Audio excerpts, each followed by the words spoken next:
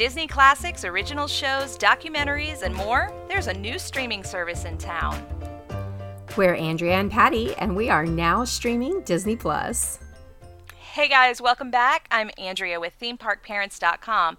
You can find me on all socials at themeparkparents or at Andrea Updike. Hey y'all, this is Patty from No-Guilt.Fangirl.com and the No-Guilt Fangirls Podcast. You can find me on all socials at No-Guilt Life. Awesome. Well, guys, thank you so much for coming back. Today is going to be a lot of fun because it is Disney Plus Marvel Day. Woohoo! Okay, we made that up. We totally made it up. But we decided that we wanted to talk about all things Marvel, and there are 3 new shows on the way in addition to the ones we already know about. So we're gonna chat about it, I think. Patty, are you good with that? I'm totally good with that. Yeah, let's concentrate on the 3 new ones that came out at D23 Expo, though, primarily, because those were the ones, at least me as a non-comic book reader, I had questions about, so I had to do some research on. So we're going to kind of focus on those, but yeah, there's Kevin Feige at San Diego Comic-Con announced that all of these Marvel things that are coming to Disney Plus are going to be part of the MCU Phase 4.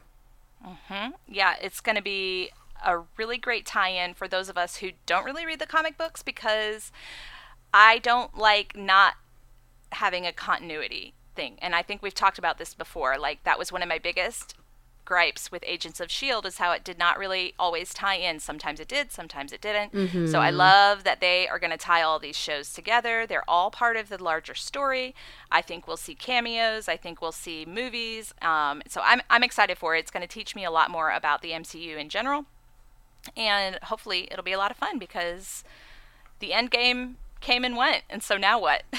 Right, we're looking at a whole new series, whole new phase, and I'm right there with you on that. So as a reminder, at San Diego Comic-Con, he confirmed or announced. I think most of these things were either known or rumored, but he finally put it all out there that the Falcon and the Winter Soldier are coming to Disney Plus in fall of 2020. Wandavision is coming to Disney Plus spring of 2021. Loki is coming spring of 2021. And then the animated series What If is coming to Disney Plus summer of 2021. And we saw some of that, like, I don't know, storyboarded, I guess, is basically what they gave us at D23 Expo. And it looks amazing. It looks so cool, guys. So cool. And they are giving us that story of Peggy Carter going into the chamber and Steve Rogers not. I love that. I can't wait for these shows. I mean, those are definitely concepts that I had never even considered. And so when I first heard the show, I was like, okay. But the more that, and this is how they do it, right? The more news that comes out, I'm like, oh, wait, this is really awesome. Yes. I'm very excited and looking forward to these, because I had no idea I even cared that much about Peggy Carter. I mean, honestly, I love Peggy Carter, but, now I'm like dying to see what happens. I'm with you. I'm totally with you. And then the last thing that they mentioned was the Hawkeye series, and that's going to be Disney Plus fall of 2021. And my understanding is that Falcon and the Winter Soldier and WandaVision are supposed to be starting production in October. Ooh, that's good. Yeah. So I know my little eyes will be glued, because I love spoilers. I will be looking for all of those. I want some set pics. Set pics, I know. I like that kind of stuff. So so that they're kicking off, and they're going to be starting to get all that going for us, which is amazing. Yeah, that is amazing. And I am excited. Of course, Loki has to make us wait, because that's what Lokis do. It will be worth the wait, I'm sure. Of course, Tom Hiddleston is always worth the wait. Come on. Just can't. Don't get me distracted. Oh, let me just tell you, by the way, just a side note on Tom Hiddleston. So I live like 4 hours from New York City, and Tom is on Broadway right now. Are you going to go? I have planned and canceled so many like last minute. I'm just going to run up, because honestly, I want to see the show. I would love to see him on stage, but I would would settle for just going to the stage door and seeing him come out, because he's been so gracious with his fans. He did this play in London, and I watched on Twitter. For some reason, I follow a ton of Loki stans on Twitter. I don't know why I do, but gosh, I can't imagine they bless me why you would want that news. Well, they bless my timeline with all these pictures of Tom Hiddleston, right? And so I have watched him, and he really interacts with his fans and spends some time with them. And after a show like that, I can't even imagine how exhausted you must be, but he still does it. So part of me is awesome. Like, I want to go up there and see him, but then I think, well, I should let the fans who actually paid the money to see the show interact with them. You never know. I'm going to stay put, I think. But yeah, if anyone's in NYC and you get a chance to stage door and see Tom Hiddleston, I want to know about it. So hit us up in the Now Streaming Plus Facebook group. Come join us. You can find that just by searching Now Streaming Disney Plus on Facebook. And I want to see pictures if you go do it. Yes, right? we need all of that, all of those updates immediately. All right. Because, that kind of stuff is fun. And what I love about him, and I don't know if a lot of the other characters have done this, but one thing I've seen is that he often appears at like Comic Cons and the big conferences as Loki, which I love. I haven't seen a lot of the other characters appear as their, alter ego in real life, if that makes any sense. And I love that he does that, because the fans eat it up. Oh, they do. I'm like thinking back, and I can't really come with anybody that I've seen that of recent, and but I know that he has epically he came out to San Diego Comic-Con dressed as Loki and told everybody to kneel before him, and everyone lost their minds. It was amazing. So yeah, I love it. We like a little Tom Hiddleston around here. Sue us. a little bit. Okay, so I think we knew about all those shows, except I think the confirmed Hawkeye. That was a rumored one, so it's nice to hear that that's confirmed. And then last week we talked about some of that Hawkeye news in the introduction of Kate Bishop, which is very cool. And I think that kind of ties into some of the other new shows. So what did you find out about the new shows that were announced? Okay, so at D23 Expo, Kevin Feige comes on stage and he drops this news on us that there are 3 new Disney Plus shows coming to the MCU that he had not announced as of yet, which was great, because he gave us a little peek of like Wandavision, and he gave us little teasers of What If, and so we were all primed and ready to throw Disney Plus our money anyway. But then he came out and he told us we were getting 3 more Marvel shows. The problem for me as a non-comic book reader is that I said, who? Like, right. Guys, don't hate on me for not reading comic books. It was just never my thing. However, what I have discovered is I love who they picked. All 3 of these I'm interested in. One, not as much as the other 2, but I actually think that I know me, and in the end, that's probably going to be the one that I love even the most. So we'll see how that works out. Isn't that how it works? But they announced She-Hulk, Miss Marvel, and Moon Knight, and that they were all 3 getting their own series on Disney Plus. I don't believe they gave us a time frame. I don't believe anything's been cast yet, so we don't have hard facts on that. But I did want to share with you guys what I found out about these, if you're interested. Yeah, I definitely want to know, because these are 3 characters that I have either not heard of ever in my life or know nothing about. The only one I have even heard of is Miss Marvel, and only because there was a Lego minifigure in a Captain America set with no explanation, and I was like, who is this chick with the really long arms? And so I need to know more about these characters. I've never ever heard of She-Hulk, Night Moon, or Moon Knight. I don't know anything about, so please share with us what you can tell us about these characters. Awesome. All right, everybody settle in. We're going to have a little Marvel 101. Story time with Patty. Story time with Patty. And you've got to remember, again, I may mess some of this stuff up, because this is just me Googling stuff online and kind of reading things about it. I have not taken that next step of actually getting the comic books. I did that with Captain Marvel, because I didn't know anything. So I did buy some Captain Marvel comic books. Loved them. I really do like comic books. It's just not my natural thing to reach for. So that's my mea culpa when it comes to comic books. But okay, She-Hulk. She-Hulk, for the record, everybody who had concerns or questions, Marvel is not pandering to women by making a female version of the Hulk, okay? She has actually been an established, long-loved member of Marvel Comics for years. I want to say like the 80s, the early 80s maybe, is when she came out, which, Andrea, we're getting old because that's now a long time ago. I know. I'm like, oh yeah, that was recent. No, no, it really wasn't. It's not. I know. So she was also one of the last characters that was created by Stan Lee when he was actually in charge of Marvel. So, there's got to be some sentimental value going on here for those comic book fans. And I hope they treat this, carefully with how they tell her story. So She-Hulk is Jennifer Walter. She is a cousin of Bruce Banner, and she's also a lawyer. Now, in the comics, she is turned into She-Hulk when Bruce basically saves her life. He gives her a transfusion of his own blood when he finds her on death's door, basically. She was attacked. She was defending a guy. She's a lawyer, so she was defending a guy who had evidence about a local crime boss. And the crime boss has her shot. She almost dies. Bruce steps in and goes ahead and gives her a blood transfusion. That gave her that gamma radiation that he had in his body.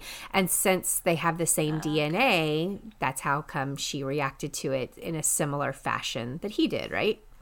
Okay. Well, that actually makes some sense. 'Cause, it kind of does, right? The Hulk was always such a random, isolated thing. You're like, how can there be two? Like my skeptic, cynic flashers start going off, and I'm like, wait a minute, this is not okay. But that I can see. I can see in the MCU. I can see the story. And it also kind of makes sense that, while he's not like a medical doctor, he's a smart doctor type, so he could make this process of a blood transfusion happen, I suppose. I don't know.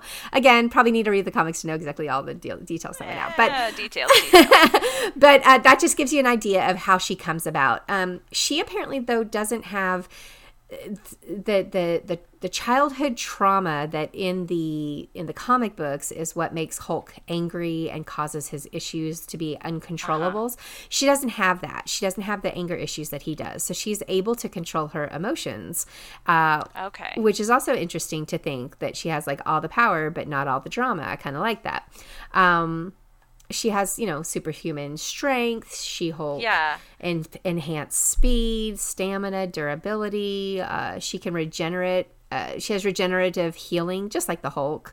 So, again. But then in her sort of regular human life, you said, I think that she's a lawyer? Yeah. Is that right? And that kind of ties in? Yes, it does tie in. Her biggest weapon, they say online, her biggest weapon is her brain.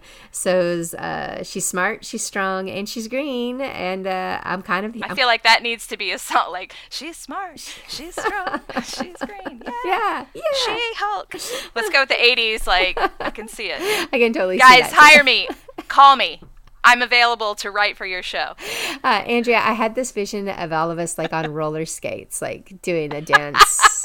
Yes, anyway, I can see it. A total 80s. Total bounce. 80s. Yeah. Okay. Anyway, so the question that's surrounding the whole She-Hulk story, though, apparently, is are they going to keep that origin story? Because please, Marvel gods, let's keep it, because I want some Mark Ruffalo cameo, right? Yes. I would love that. We love the cameo. I want them all. Bring him back. We do. And definitely, I really adore me some Mark Ruffalo. So I would be down if he could show up in any form. If he's Hulk form or if he's normal Mark form, I'm cool with that too. So we'll see. We'll see what happens. She becomes an Avenger at some point in the comics. Okay. So we'll see if that's where this also ultimately goes. And some talks of actresses in this role. The name that kind of keeps coming up, and I'm into it. I don't think you are, but I'm into it, is Jessica Biel. I don't see it. Oh, I totally see it. I don't see it. I really don't see it. And I think it's because I know some of the other, or one of the other names that's out there, and I am totally team Leslie Jones. Oh my gosh. Yeah, Les Dog would be awesome. She'd be awesome. She'd be awesome. I mean, yeah. when I heard the two side by side, I'm like, this is a clear, like, this is a clear choice. Now, I will say, I'm not doing casting, so I don't know about the show. I don't know what direction they're going to take it. So obviously, I don't have a dog in this fight. But it'll be interesting to see if either one of those gets cast or somebody entirely different. Totally different, right? You never know. You never know. But I'd be happy with either one. I think both are the epitome of strength and femininity combined in a bad A kind of way. So I'm down with it. I'm down with either one of those if you so choose to go in that direction. Disney, we'll I know you're listening and you care about our choices. Now, the other one we kind of talked a little bit there for a second with your Lego example was Miss Marvel. Yes. So Miss Marvel is a Pakistani American superhero, Kamala Khan. She protects the streets of Jersey City with her one-of-a-kind power it's called embiggening. That's EMBIGGENING, embiggening power. Okay, so like when you're talking about the long arms and the crazy fists, that's what she does. Okay, so she just kind of stretches. I guess. Does she get actually bigger, or is it like stretch like Mrs. Incredible? You know, like where she can just. Oh, and it pops stretch. back. Oh, yeah, that I don't know. I didn't get that far into it, so we'll see how they make this work. But she idolized heroes like Captain Marvel, and this is basically who she took after when she had her powers released. Now, you and I both watch Agents of S.H.I.E.L.D., and if you'll remember, there's the Terrigen mist that gets released in some of these episodes and brings out the inhuman powers in regular people. Yes, they have it. They either have it or they don't. And if they encounter the mist, they get their powers. If they encounter the mist and they don't have it, they like disintegrate. Is that right? I can't remember if they die or not, but regardless, I think you're right. I think you're right that they just like die if they don't have any powers. So, anywho, apparently this mist got spread in Jersey City, and she developed her powers based off of getting exposed to that mist. I've heard her described as a Peter Parker type. She's a teenager. She's dealing with the teen angst and the teen storylines, but she's also a superhero, right?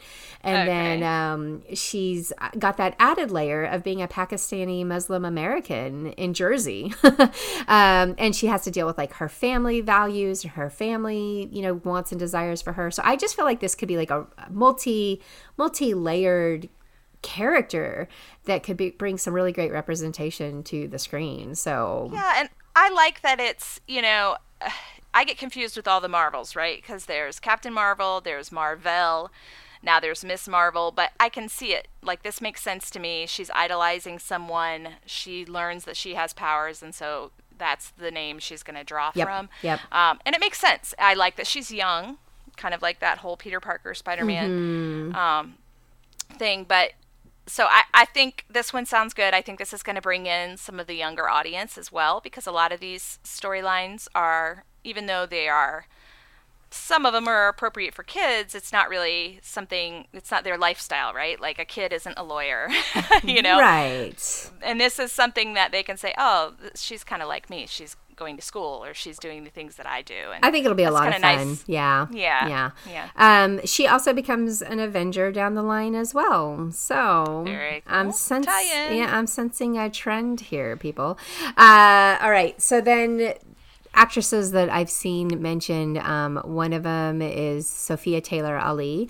She was in Shake It Up and in the Mindy Project. She's a Pakistani actress. She's like 22, but she looks pretty young on screen, so I could see that happening. They also another name, Naomi Scott from Aladdin was mentioned as well. So we'll see. Just came out on DVD not too long ago. That's right. So we'll have to see where they end up going. Now, those are the two that when I started reading it, I was like, okay, I'm in this. I'm on it. Oh yeah, Disney Plus. Yeah. This is the third one here is Moon Knight, and this is the one where I went, maybe. You're like, brake squeak. A little bit. Hit a wall. Just a little bit. But I also really like I don't know. I like these kind of anti-hero hero stories. Mm-hmm. So it really depends on how they develop this.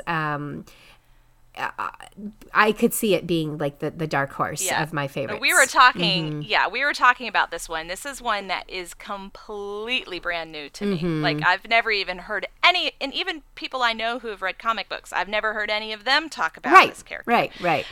So totally out of left field for me, but as a fan of the Marvel shows on Netflix, I did like characters like Daredevil, like the Punisher, who are a little bit darker, a little bit more gritty. So the more I learn about this one, I'm kind of into it. So what do we know about the next one? Yeah. So this guy is Mark Spector. Mark is a boxer, a Marine, a CIA operative. Ultimately, he ends up becoming a mercenary, though, because he kind of gets betrayed, dun, dun, dun, by his own brother and his country, by the CIA, right? So this changes his outlook on things. He encounters an extreme terrorist named Bushman, and this guy double-crosses him, leaves him to die in an Egyptian desert, and basically, everyone thinks problem solved. This guy's gone. Somehow, he manages to get to a nearby temple where he is saved, and he thinks an Egyptian deity is to thank for this. So he comes back to the U.S., creates this kind of costumed identity called Moon Knight. He also has a couple of other identities as well that help him navigate society, I guess. There's a millionaire and a cab driver. This is where he gets a little bit dark. From what I was gathering, is it's not 1,000% clear. It's not straight up said in these comics, but it's very intimated that, he has depression. He might have multiple identity disorder.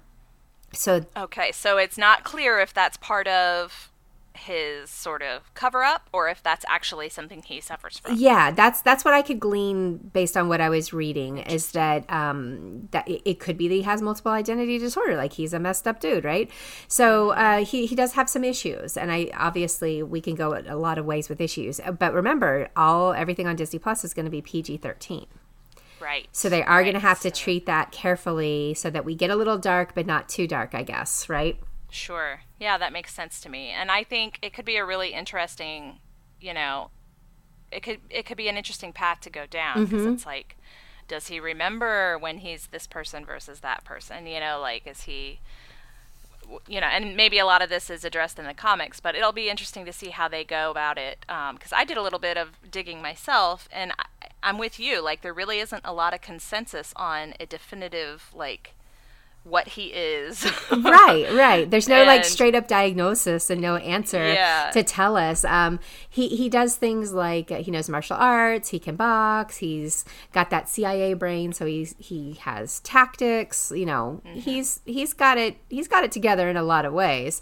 But over his years as Moon Knight, he's also had some demonstrations of supernatural powers, like enhanced strength during nights with full moons, prophetic visions and dreams, ability to drain another person's life energy through physical contact. I kind of see this. I kind of feel like what they'll do with Moon Knight is we're going to have say it's a 6 episode season, probably like the first one, maybe first 2 episodes, we're not going to see any of that. And then all of a sudden they're going to blow us away with these crazy things that he can do. And we're going to be like, that makes sense. Wait, whoa, what? Again, all in the storytelling. I'll leave that up to Disney Plus, but I'm just throwing that out there as an idea if you guys hadn't thought of it. Yeah, we're happy to sit down at a round table, brainstorm session, and really hash these things out with you guys based on zero knowledge or backstory whatsoever. Zip. However, I will tell you this. Guess who is rumored for the part? And this is also a secret. This is probably why I say that if this happens, this might become my favorite show. But guess who's rumored? I'm ready. Okay, ready? Yes. Keanu Reeves. Oh, come on. Yeah. I love it. The description of it, obviously some shades of John Wick in there. I was like, dude, yes. like, make this happen. This would be so much fun. And I know people all summer long have been trying to figure out how we can get Keanu into the MCU. I'm hoping this is it. I would be down if this was it. This would work for me. I think this would work for me. I could see it. I mean, I'm open to other suggestions. Absolutely. This Keanu's seems like a good right. I mean, it's a fit. Here's this new character we're introducing. He's got some time on his hands after a really successful summer. He's got the new Bill and Ted coming. Maybe he needs something after that. Maybe he does. I don't know. It fits. The pieces are falling into place, and the math adds up. It totally adds up to Keanu. I mean, come on. So the Moon Knight, the other thing is that he also was, you'll never guess he was a member of... What? Avengers. Oh, the Avengers. I was going to be like, wait, what? Yeah. No. The Masons? No. So he was an Avenger as well. So you just got to you got to figure this is where we're going. They're going to need a bigger compound. Well, they definitely are. But you've got to remember your MCU history. The first three phases of the MCU, each one closed out with an Avengers movie. Yes. So far with what we have seen for Phase 4, and nothing has been announced for official Phase 5, we have not seen that Avengers movie announcement. I like where you're going with this. See where I'm going with this? I'm starting to wonder if they're going to wait. They're going to kick out all of these Disney Plus characters and then use them to create that Avengers movie to close out 4, or... I am not sure yet that they're introducing enough of them, but the Young Avengers could be the other thing that with the introduction of Kate and Miss Marvel, that maybe they would make a Young Avengers movie at the end of Phase 4, or that could be Phase 5. I don't know. But just thoughts, I'm just putting it out there as on board with something for everybody to think about. And remember, we still have Adam Warlock out there floating around in space. Please. Marvel, Zac Efron, make it so. I need a gold Zac Efron in my life. I think we all know we're on board with that one. For sure. All right, well that's all I got. That's what I have as far as the basics of information to give you guys an idea of who these characters are and why they're coming to Disney Plus in the first place. I think there's always a plan. Marvel always has a plan, but I'm starting to kind of put the pieces on the chessboard and see where we might be moving in these directions. I could be completely wrong, but I am excited whichever direction we're going in because these characters are new, they're different, and I'm down with this. I think it's going to be good. And, looking back at these release dates, we've got some coming next year. We've got some coming in 2021. There's no dates for these brand new shows, so I'm assuming they're going to probably be the year after that. There's your 3-year subscription. Bing, bang, boom. We're watching Disney Plus. We're now streaming Disney Plus, aren't we? Now streaming, yes. Gosh, that was a good little tagline. I'm kind of on fire today, Patty. Yeah, you're all over it. What's happening? All right, girl. You know what? This is going to be a lot of fun, so keep up with us. Next week, come on back. We'll be here again talking about all of our favorite Disney Plus news. Who knows what they're going to announce? It's going to be a lot of fun, so thank you again for listening. Check us out on the Facebook group, and... don't forget to leave those 5-star reviews. Leave us a comment. Yes. Let us know if you're listening, and come back next week. So we'll see you real soon. Bye-bye.